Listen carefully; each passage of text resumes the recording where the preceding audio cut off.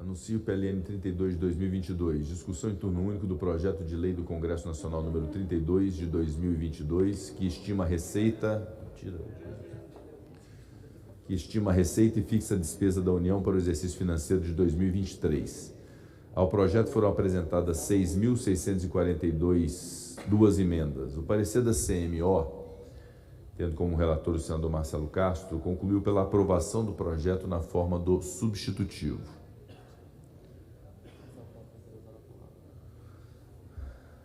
Senador Marcelo Castro, Vossa Excelência tem a palavra. Anunciado o projeto de lei orçamentária.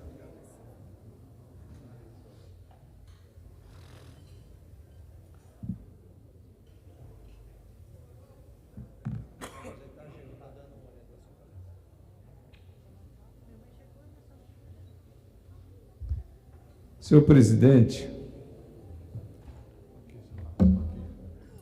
senhoras e senhores relatores, senhoras e senhores senadores e deputados federais, estamos chegando ao final deste trabalho de fazer o orçamento do nosso país. E chegamos com uma sensação muito boa, muito tranquila, muito aliviada, que fizemos o melhor possível diante das circunstâncias que enfrentamos.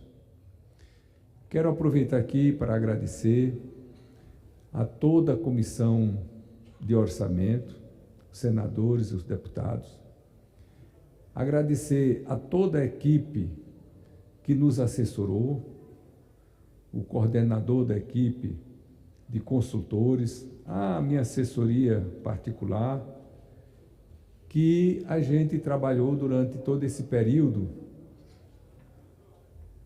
os dias e, na maioria das vezes, as noites, mas acho que cumprimos com o nosso dever de parlamentar, de representante do povo, de fazer aquilo que estava a nosso alcance para dotar o país de um orçamento execuível, razoável e que possa deixar o nosso país funcionando. A peça orçamentária que veio para esta casa era uma peça absolutamente inexequível.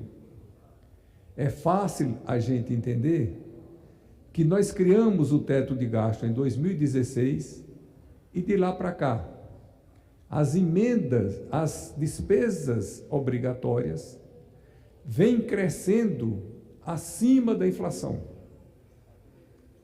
Portanto, como nós temos um teto, as despesas obrigatórias crescem, como não pode crescer para cima, que tem o teto, elas crescem para baixo, senador Everton, comprimindo as despesas discricionárias, dentre elas a tão importante despesa de investimentos.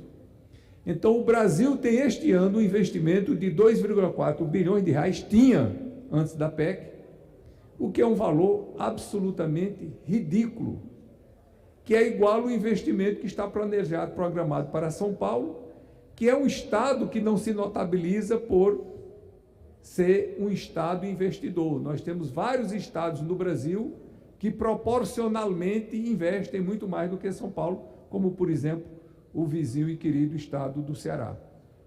Então, diante de tudo isso, nós ficamos com um orçamento de investimento que é 1/5 do orçamento de uma empresa brasileira, a Petrobras, por exemplo. A situação de penúria em que nós nos encontramos. Então, eu disse durante todo esse período, em todas as entrevistas e manifestações que eu tive a oportunidade, não me furtei a nenhuma delas de levar ao público o esclarecimento devido, que qualquer que tivesse sido presidente da República eleito, se chamasse Lula, Bolsonaro, Ciro Gomes, Simone Tebet, Soraya Tronic ou qualquer outro, nós estaríamos votando aqui a mesma PEC. porque sem essa PEC, o Brasil não funcionaria no próximo ano. E nós recompusemos rubricas importantíssimas, que eu vou ler aqui para os senhores e para quem está nos assistindo. No Ministério da Cidadania, nós alocamos de recursos adicionais 75 bilhões de reais. 70 só para o Bolsa Família, que sem a PEC não existiriam. E as pessoas iriam receber não R$600, iriam receber apenas R$405. Colocamos para a saúde 22,7 bilhões de reais, além do orçamento normal do Ministério da Saúde, que sem os quais, senador Isalci, não haveria recurso para a farmácia popular. Como eu tenho dito, além de ser uma desumanidade, é uma falta de inteligência, porque sai muito mais barato para a nação prevenir, dando remédio para quem é hipertenso, para quem é diabético, do que não ter o remédio e essa pessoa ter uma complicação e precisar de um tratamento de internação que sai muito mais caro. Colocamos na educação 10,8 bilhões de reais a mais. E todos nós sabemos a situação de penúria que se encontra as nossas universidades, os nossos institutos federais, os recursos para a merenda escolar, que nós vimos cenas dantescas de pessoas carimbando, professor carimbando crianças que estavam merendando para não merendar de novo.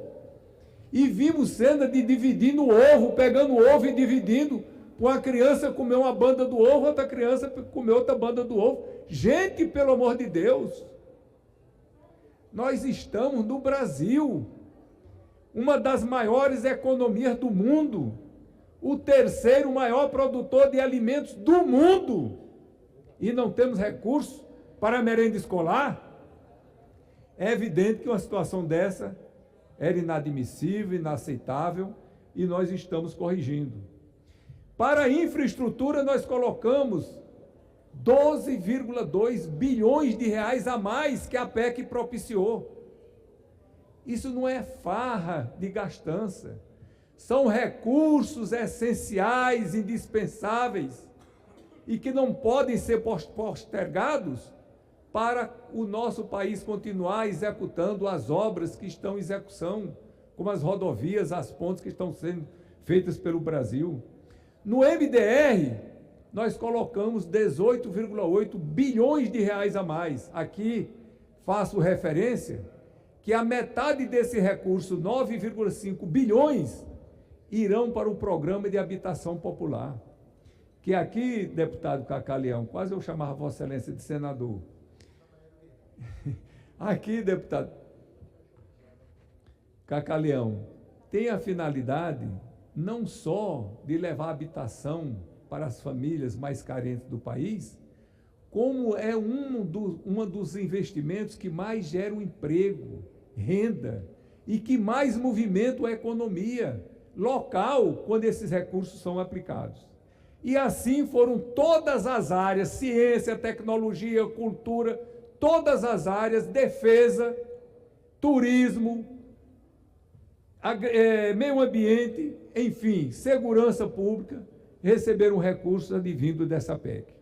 Então, senhor presidente, senhoras e senhores senadores e senhores deputados, quero crer que nós estamos dotando o nosso país de um orçamento razoável.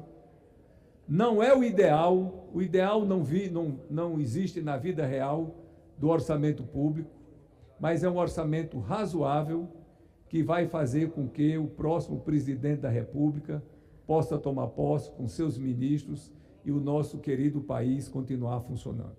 Então, mais uma vez aqui, quero aproveitar para agradecer a todos que, de uma forma ou de outra, contribuíram para que nós dotássemos o país desse orçamento minimamente execuível, que não era aquele que chegou, que veio aqui da equipe econômica. Portanto, peço a todos o voto favorável para que o nosso país possa continuar respirando. Então, registrado o voto contra do Partido Novo e do PSOL. Em votação no Senado, as senhoras e os senhores senadores que o aprovam permaneçam como se encontram. Aprovado o projeto na forma do substitutivo, passa-se à redação final. Em votação na Câmara, a redação final do PLN 32 de 2022. As senhoras e os senhores deputados que aprovam a redação final da matéria permaneçam como se encontram. Aprovada, contra o voto do Partido Novo.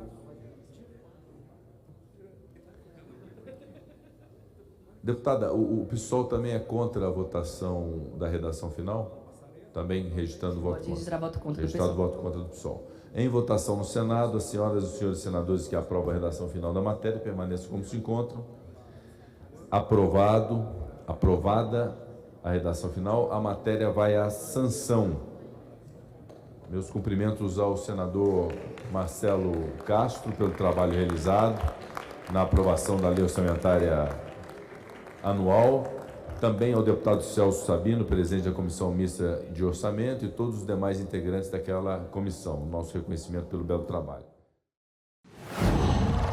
Qual?